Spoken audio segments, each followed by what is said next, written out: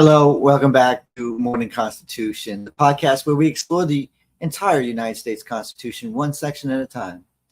I'm your host, Hawksley. Today, we're continuing our journey through Article 1 of the Constitution by focusing on Section 4 and 5. These sections cover the logistics and elections and meetings of Congress, as well as the powers and duties of Congress. So let's dive right in. Now, Article 1, Section 4, elections and meetings. So Section 4, Article 1 addresses the times, places, and manner of holding elections for senators and representatives. It reads, the times, places, and manner of holding elections for the senators and representatives shall be prescribed in each state by the legislature thereof, but the Congress may, at any time, by law, make or alter such regulations, except as to the places of choosing senators. Now, this clause grants states the authority to determine the specifics of how congressional elections are conducted. This includes setting the dates, choosing the locations, and establishing the voting procedures. However, it also gives Congress the power to override state regulations if necessary, ensuring a federal standard can be maintained to protect the integrity of elections. For example, Congress has used this power to establish uniform dates for federal elections, which are held on the first Tuesday after the first Monday in November. Section 4 continues with the following clause. The Congress shall assemble at least once in every year, and such meeting shall be on the first Monday in December, unless they shall by law appoint a different day. Now, this requirement ensures that Congress meets regularly to conduct the nation's business. The original meeting date of the first Monday in December was later changed by the 12th Amendment, which set January 3rd as the new start date for congressional sessions. This change was made to reduce the length of time between elections and the start of the new congressional session, allowing newly elected members to begin their duties more promptly. Regular meetings are essential for maintaining a functional and responsive government. By mandating at least one annual meeting, the framers ensured that Congress would remain active and engaged in addressing the needs of the nation. Now, Article 1, Section 5, Powers and Duties of Congress.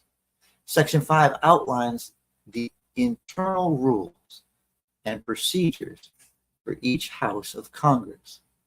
Now it begins, each house shall be the judge of the elections, returns, and qualifications of its own members, and a majority of each shall constitute a quorum to do business.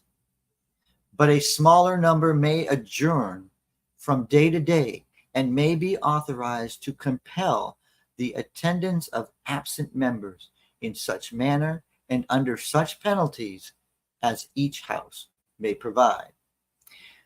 So this clause gives each house the authority to judge the validity of its members' elections and qualifications.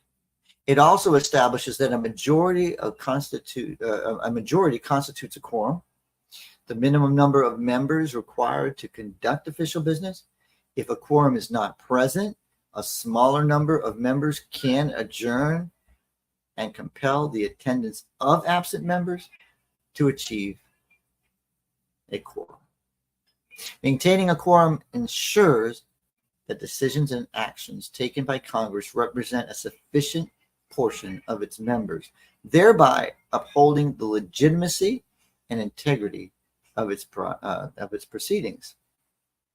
Now, the section continues, mind you, Each house may determine the rules of its proceedings, punish its members for disorderly behavior, and, with the concurrence of 2/3, expel a member. This grants each house the power to establish its own rules and procedures, providing flexibility and autonomy in how they operate. It also allows each house to discipline its members for misconduct. The power to expel a member is a significant measure, requiring a 2/3 majority, ensuring that such a serious, so again, it requires a 2/3 majority, ensuring that each, I really want to say this, the power to expel a member is a significant measure, requiring a 2/3 majority, ensuring that such a serious action is only taken with substantial consensus. The supermajority, as we call it, and we talk about it when we talked about the conviction of an impeachment in the Senate. So remember, when we talk about 2/3, we're talking about making sure it's a supermajority of people, because it's a serious action being taken. Now, the ability to set their own rules allows the House and the Senate to adapt their procedures to changing circumstances and needs, promoting efficient and effective governance. Now, you'll see a lot of this happens, and it can be very confusing when you look at the difference between the House of Representatives and the Senate and how they operate. Now, next, Section 5 states, each house shall keep a journal of its proceedings, and from time to time publish the same, excepting such parts as may, in their judgment, require secrecy, and the yeas and nays of the members of each house on any question shall, at the desire of 1/5 of those present, be entered on the journal.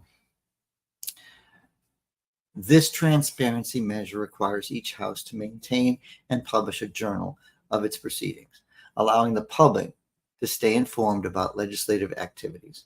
However, certain parts may be kept secret if deemed necessary.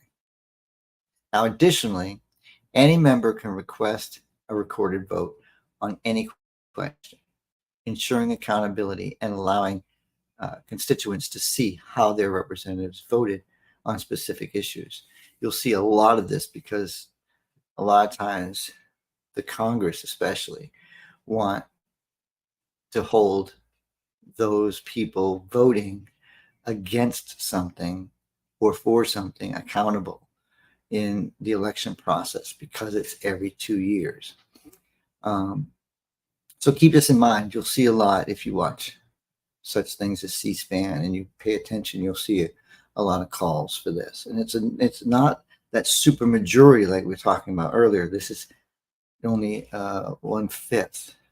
I believe that's what I said. Now, keeping a public journal promotes the transparency and accountability, essential components of a democratic government. So it allows the citizens to monitor the actions of their elected representatives and hold them accountable. But in Section 5 concludes with the following provision. Neither house during the session of Congress shall, without the consent of the other, adjourn for more than 3 days, nor to any other place than that in which the two houses shall be sitting. Wow, that's heavy, because this clause prevents either house from unilaterally adjourning for more than 3 days or moving to a different location without the consent of the other house. Wow, because this ensures the coordination and it prevents one house from disrupting the legislative process by adjourning or relocating without agreement. Now, requiring mutual consent for adjournment and location changes ensures that both houses remain in sync and can continue their collaborative work on legislation and other matters. So there's always animosity between the House and the Senate, but this truly holds them accountable to each other, where one can't just go rogue, as the term would be. And it's a really powerful thought process that goes into this, like to be proactive in their vision. Now, so in summary, Article 1, Section 4 and 5 provide the essential guidelines for the operations of Congress. Now, Section 4, what it did was it addressed the logistics and the elections and the requirements for regular meetings, ensuring that Congress remains active and accountable to the people. Now, Section 5 outlines the internal rules and procedures, emphasizing transparency, accountability, and coordination between the House and the Senate. Now, understanding these sections helps us appreciate the careful planning that went into creating a functional and responsive legislative branch. So as we continue our journey through Article 1, we'll explore the specific powers granted to Congress in the next episode, delving into the legislative authority and the limits placed on it by the Constitution. Now, I'd like to thank you for joining me on this exploration of Article 1, Section 4 and 5. Now, I hope this episode has maybe given you deepened your understanding of the legislative branch and the principles that guide it. Now, be sure to tune in next Tuesday at 9 p.m. for our next episode, where we're going to examine the enumerated powers of Congress as outlined in Section 8. If you enjoyed today's episode, please subscribe, rate, and review the podcast. Your support helps us reach more listeners and continue our journey through the Constitution. Now, you can also follow us on social media for updates and additional content. And if you have any questions or topics you'd like us to cover, feel free to reach out to us. Now, until next time, I'm Joel Hawksley, and this has been Morning Constitution. Stay informed and stay curious.